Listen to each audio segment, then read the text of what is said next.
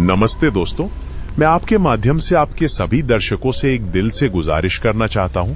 एक YouTube channel बनाना और उस पर लगातार अच्छी सामग्री लाना वाकई मेहनत का काम होता है। जब आप अपना समय निकालकर ये वीडियो देखते हैं तो आपका ये छोटा सा कदम वीडियो को लाइक करना और चैनल को सब्सक्राइब करना बहुत मायने रखता है, जिससे और भी लोगों तक ये वीडियो पहुंच पाती है। तो कृपया इस कला का सम्मान करते हुए अपना सहयोग जरूर दें। तो प्लीज, अगर आपको वीडियो पसंद आती है तो अपना प्यार जरूर दिखाएं, लाइक करें और चैनल को सब्सक्राइब करें। ये कहानी है पंजाब के रहने वाले हरभजन सिंह और उनकी फैमिली की। उनकी बीवी सिमरन, बेटा रोहन और बेटी प्रीति के साथ वो धर्मशाला घूमने निकले थे। हरभजन को कुछ हटकर अनुभव करना पसंद था, इसलिए उन्होंने राह चलते किसी अनजान रास्ते से एक छोटे घने जंगल की ओर मुड़ने का फैसला किया। जैसे ही वो उस गांव में पहुंचे, उन्हें वहां सब अजीब लगा। वहां बिल्कुल सन्नाटा था, पुरानी लकड़ी के घर बंद थे और कोई इंसान बाहर नहीं दिख रहा था। धीरे धीरे शाम ढलने लगी और ठंड बढ़ती गई। रोहन और प्रीति को डर लगने लगा, लेकिन हरभजन ने गाड़ी वापस मोड़ने की कोशिश की तो वो बंद हो गई और दोबारा चालू नहीं हुई। तभी उन्हें पेड़ों के बीच से कोई परछाई गुजरती हुई दिखाई दी। वो एक गांव वालों की टोली थी, लेकिन उनकी आंखें खाली थीं और वो अजीब तरह से मुस्कुरा रहे थे। जब हरभजन ने गांव वालों से मदद मांगनी चाही तो उन्होंने जवाब देने के बजाय एक रहस्यमयी मुस्कान दी और धीरे धीरे उनकी ओर बढ़ने लगे। सिमरन ने बच्चों को कार के अंदर खींच लिया और दरवाजों को अंदर से बंद कर दिया। अंधेरा गहराता जा रहा था और जंगल के शोर में अजीब अजीब आवाजें सुनाई देने लगी, मानो कोई उन्हें चारों तरफ से घेर रहा हो। हरभजन ने अपनी टॉर्च चालू की और बाहर देखा, पर वहां कोई नहीं था, सिर्फ पेड़ों की हिलती हुई परछाइयां थी। अचानक कार की छत पर कुछ गिरने की आवाज आई, जैसे कोई भारी पत्थर या कोई बड़ा जानवर कूद गया हो। बच्चे डर के मारे रोने लगे और सिमरन उन्हें चुप कराने की कोशिश करने लगी, लेकिन उनका दिल खुद जोर जोर से धड़क रहा था। वो रात कैसे कटी ये किसी को नहीं पता था, पर सुबह जब सूरज निकला तो गांव पूरी तरह से खाली था और उनकी गाड़ी के पास कोई निशान भी नहीं था। उस डरावनी रात के बाद जब सुबह सूरज की किरणें पड़ी तो हरभजन और उसकी फैमिली को अपनी गाड़ी स्टार्ट करने में कोई मुश्किल नहीं आई।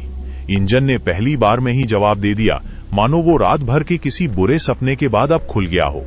उन्होंने बिना देर किए उस अजीब गांव से निकल जाने का फैसला किया, लेकिन जब वो पीछे मुड़े तो उन्हें वो रास्ता ही नहीं दिखाई दे रहा था जिससे वो आए थे।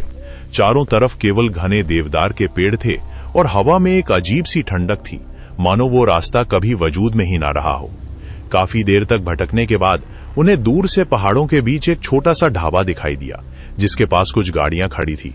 ढाबे वाले के पास पहुंचकर उन्होंने जब अपनी आपबीती सुनाई, ढाबे वाले ने बताया कि वो जगह जिसे वो लोग गांव समझ रहे थे, असल में सदियों पुरानी एक ऐसी बस्ती है जो समय के साथ विलुप्त हो चुकी है। स्थानीय लोग उस तरफ जाने से डरते हैं क्योंकि उनका मानना है कि वहां भटकने वाली आत्माएं रहती हैं जो यात्रियों को भ्रमित करती हैं। ये सुनकर सिमरन और बच्चे सहम गए, लेकिन हरभजन ने हिम्मत जुटाई और ढाबे वाले से उस रास्ते के बारे में पूछा जो उन्हें मुख्य सड़क तक ले जाए। ढाबे वाले ने इशारा किया और चेतावनी दी कि शाम होने से पहले वो लोग घाटी से बाहर निकल जाए। रास्ते में जैसे ही वो पहाड़ों से नीचे उतरने लगे, उन्हें महसूस हुआ कि उनके पीछे किसी गाड़ी की लाइटें चल रही हैं। हरभजन ने रियर व्यू मिरर में देखा, पर वहां कोई गाड़ी नहीं थी, सिर्फ धुंध के बीचों बीच दो चमकती हुई आंखें दिखाई दी। रोहन और प्रीति कार की खिड़कियों से बाहर झांकने से डरने लगे और सिमरन लगातार गुरुबानी का जाप करने लगी। गाड़ी की स्पीड बढ़ाई गई, लेकिन वो चमकती आंखें जैसे उनके साथ साथ ही चल रही थी। तभी अचानक एक मोड़ पर उन्हें एक पुराना बोर्ड दिखाई दिया जो चेतावनी दे रहा था कि आगे का रास्ता आगे जाकर बंद है। उस पुराने चेतावनी बोर्ड के पास पहुंचकर हरभजन ने ब्रेक लगाए। गाड़ी का इंजन फिर से बंद हो गया और चारों तरफ छाए सन्नाटे में केवल हवा की सरसराहट सुनाई दे रही थी। सिमरन ने बच्चों को कसकर पकड़ लिया, जबकि रोहन ने बाहर झांकना बंद कर दिया था। हरभजन ने हिम्मत जुटाई और कार से उतरकर बोर्ड को देखने की कोशिश की। जैसे ही उसने टॉर्च की रोशनी डाली, उसे वहां कोई शब्द नहीं बल्कि एक अजीब सा निशान दिखाई दिया, जैसे किसी ने खून से कोई चित्र बना दिया हो। वापस कार में आकर उसने गाड़ी दोबारा स्टार्ट करने की कोशिश की, पर इस बार वो असफल रहा। तभी धुंध और घनी हो गई और उन्हें ऐसा महसूस हुआ मानो कोई उनकी गाड़ी को धीरे धीरे हिला रहा हो। जब उस गाड़ी के हिलने का सिलसिला और तेज हुआ तो हरभजन ने हिम्मत करके कार का दरवाजा खोला। बाहर निकलते ही उसने देखा कि चारों तरफ का माहौल बदल गया था। पेड़ों की शाखाएं आपस में इस तरह उलझी हुई थी मानो कोई गुफा बना रही हो, और उस गुफा के अंत में एक पुरानी जली हुई बस्ती नजर आ रही थी। तभी उसे उस बस्ती से किसी की रोने की आवाज सुनाई दी। आवाज बहुत पतली और दर्द भरी थी, जैसे कोई बहुत समय से किसी को पुकार रहा हो। हरभजन धीरे धीरे उस आवाज की तरफ बढ़ने लगा, जब तक कि वो उस जली हुई बस्ती के एक पुराने घर के सामने नहीं पहुंच गया।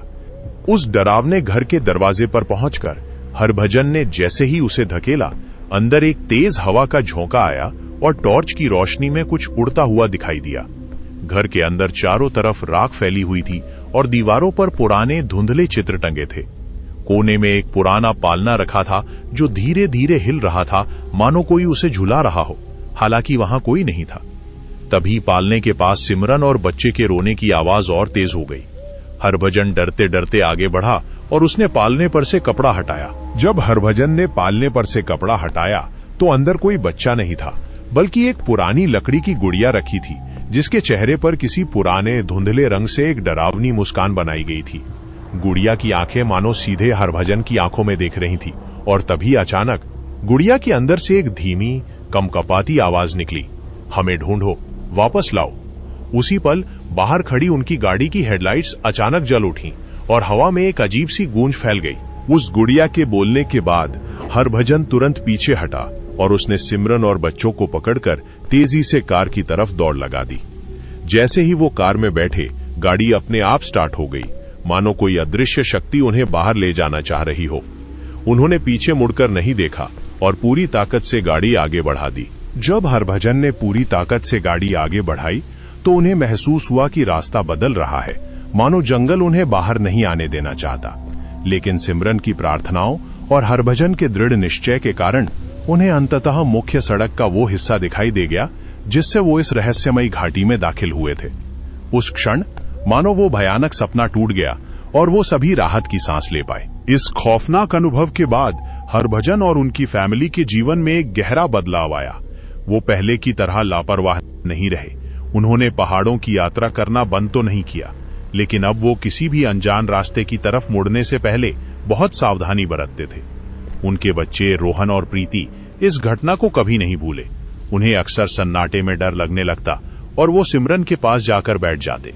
हरभजन ने अपने घर में एक छोटी सी पूजा रखी ताकि उनके परिवार को मानसिक शांति मिल सके। आशा है कि ये अनुभव आपके लिए काफी रोमांचक और डरावना रहा। मैं हूं झोली वाला बाबा।